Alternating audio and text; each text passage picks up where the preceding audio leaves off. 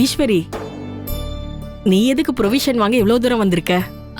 இல்லத்த, அத்தைக்கு கொஞ்சம் நட்ஸும் அப்புறம் வேற திங்ஸ் எல்லாம் வாங்க வேண்டியது இருந்துச்சு. அதான் ஆன் த வேல அப்படியே வந்துட்டு போறோம். அது சரி. இந்த டைம்ல வண்டியில எல்லாம் ரொம்ப தூரம் சுத்தக்கூடாதுமா. ரொம்ப கவனமா இருக்கணும் ஈஸ்வரி, சரியா? சரிங்க அத்தை.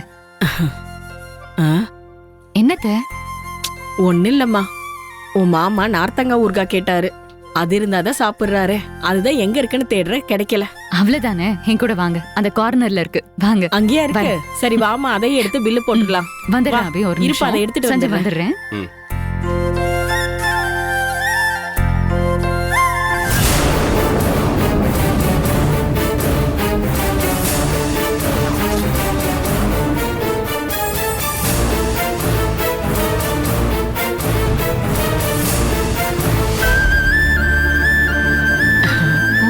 ஈஸ்வரி, உன் மாமா எப்ப பார்த்தாலும் உன்னதான் நினைச்சிட்டு இருக்காரு.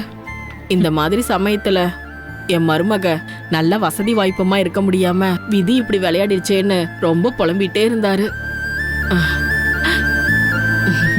ஃபீல் பண்ணாதீங்க அத்தை, எல்லாம் சரியாயிடும். சரி, அடுத்த மாசம் எப்ப செக்கப்க்கு வர சொல்லிருக்காங்க? அபி, நல்லா இருக்கியா? நல்லா இருக்கேன். உன்னை நான் இங்க பாப்பேன்னு கொஞ்சம் கூட நான் எதிர்பார்க்கவே இல்லை.